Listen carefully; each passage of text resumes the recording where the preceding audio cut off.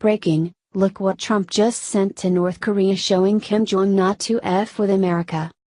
North Korean dictator Kim Jong-un conducted another missile test this past weekend, despite President Donald Trump making it very clear previously that the United States will take decisive action if they conducted any of missile tests.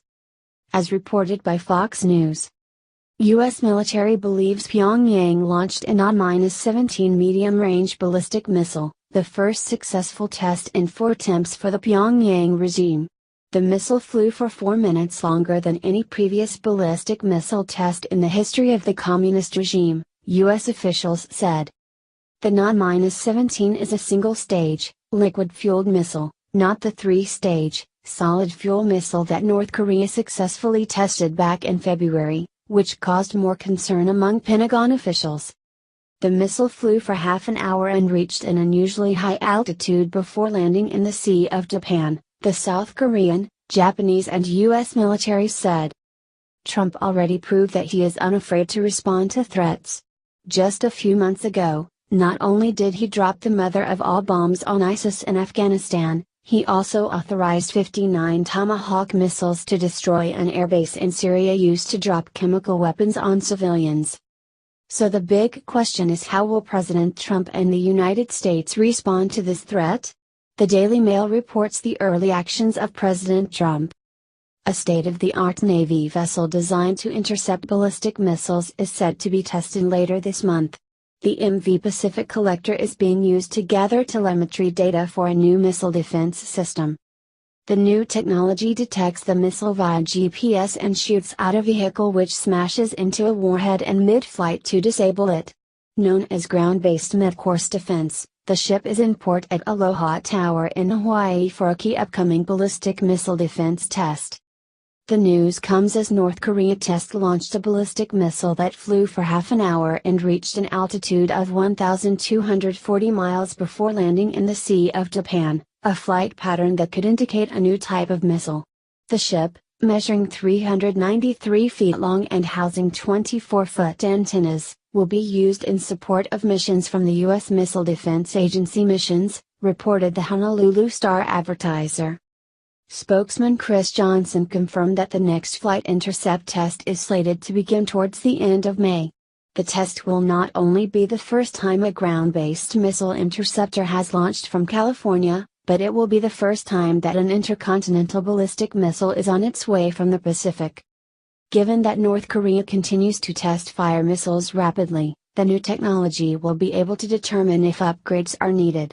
Admiral Harry Harris, head of U.S. Pacific Command, sent a bone-chilling warning to Congress, where he argued that Kim Jong-un is already in a position to threaten the peace and security of Hawaii today, and that they will soon be able to launch nuclear missiles anywhere in the United States if the threat is not detained immediately. As the Admiral pointed out, the Obama administration said the MV Pacific Collector had a low reliability rating in December of 2016. As many that serve this country reiterate, we cannot allow countries with dictators to become more powerful without strengthening our own systems at home. The ground-based system has a record of 9 out of 17 successful intercepts since 1999, or a 53% success rate.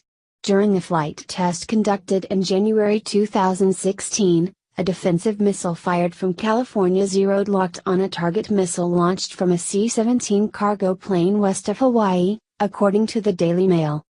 In addition to the Trump administration making it clear that our ships will use as many missiles as it takes to eliminate any threat from North Korea, they also announced that many sanctions will be administered on North Korea that will be crippling to their already struggling economy.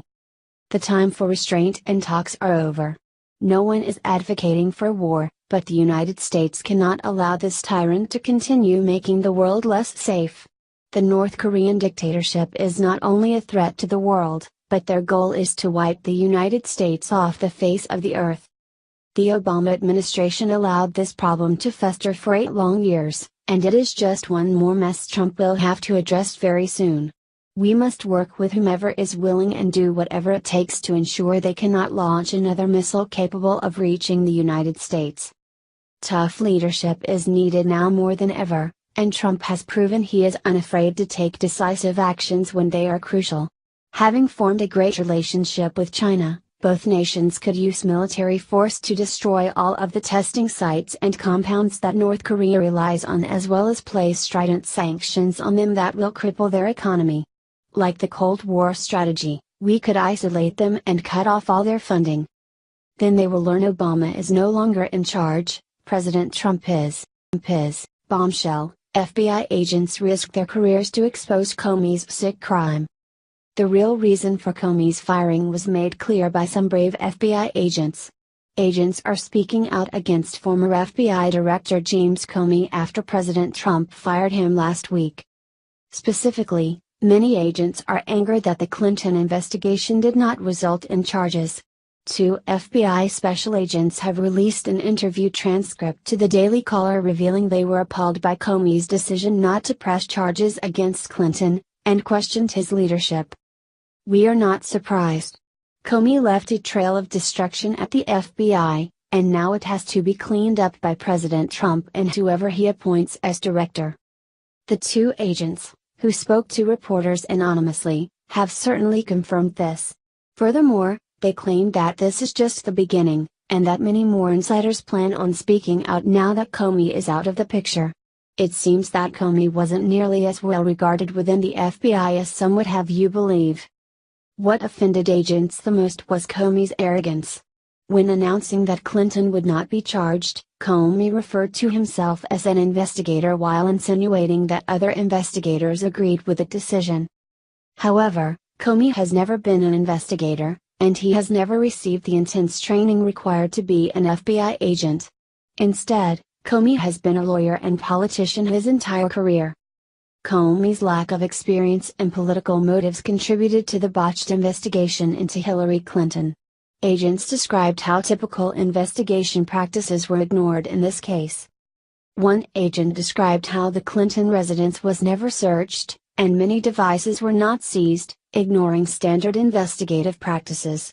Even worse, Clinton was only interviewed after the decision was made to drop charges, and she never answered questions under oath. People inside the bureau are furious. They are embarrassed. They feel like they are being led by a hack, but more than that, they think he's a crook. They think he's fundamentally dishonest. They have no confidence in him. "The bureau inside right now is a mess," explained one of the agents. Comey undermined the FBI at every level. Neither the American people nor his own agents felt confident with Comey in charge. With Comey finally gone, now is the perfect time for President Trump to appoint a new FBI director who will take the Clinton investigation seriously. It is crucial that the public's trust and confidence in the FBI is restored. Do you think Comey protected Hillary Clinton? Please share the story on Facebook and tell us what you think because we want to hear your voice. Breaking: famous rock star just banned Trump voters from his concerts, it's sick. Multimillionaire celebrity liberals have made a point of speaking out against Donald Trump, who represents a clear threat to the pampered lifestyles they have led for far too long. Hollywood types like Meryl Streep, who are completely isolated from the lives of the regular Americans who watch their movies, never fail to try to attack and undermine Trump whenever they get a microphone near them. Now an aging rock star has just done the unthinkable and is actually risking lost whatever is left of his fan base by actually telling all Trump supporters not to go to any of his concerts because they will not be welcome. Todd Rundgren became famous in the 1970s for his radio-friendly rock hits like "Hello, It's Me" and clearly doesn't realize just how irrelevant he has become. Instead of begging anyone actually still willing to pay money to see him to come to his concerts, he just gave half of America the brush off. Rundgren is currently promoting his new album White Knight, on which he collaborated with Trent Reznor and Joe Walsh, and he was interviewed by Variety magazine. When he was asked if President Donald Trump and his voters anger him, he answered, "No. If I had the power, I'd say, if you're a Trump supporter, don't come to my show, because you won't have a good time. And also, I don't understand your frickin' values. Because I'm not singing about that. If you don't understand that basic thing, you're just fooling yourself." On his new album, Todd and Donald Fagen of Steely Dan recorded a song about President Trump titled "Man in the Tinfoil Hat." For part of the song's lyrics, Rundgren sings, "He's coming down the escalator with a girl from east of here because the man in the tinfoil hat is leading like a teenage girl." He puts the Pluto in plutocrat, "He hasn't got time for losers, unless they do what he demands." Are you sick of irrelevant celebrities trying to make sick smears against Trump?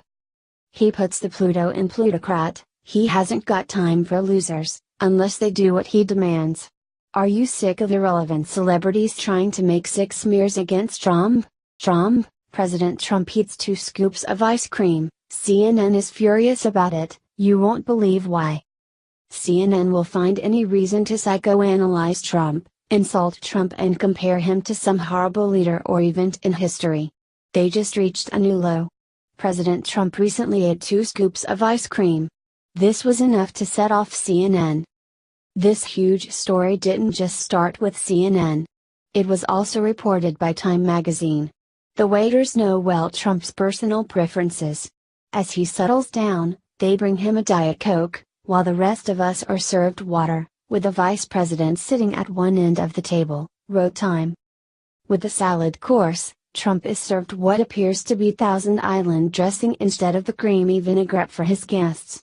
When the chicken arrives, he is the only one given an extra dish of sauce. At the dessert course, he gets 2 scoops of vanilla ice cream with his chocolate cream pie, instead of the single scoop for everyone else, they wrote. The president gets 2 scoops, everyone around the table gets 1, and no word if there were sprinkles, commented CNN's Brooke Baldwin in an interview about the ice cream. Right, well, the border point here is, the White House staff has adapted to Donald Trump's case. So, when everyone else gets water, he gets a Diet Coke. When everybody gets 1 scoop of ice cream, he gets 2, said CNN political reporter Chris Cillizza. Check out the video below.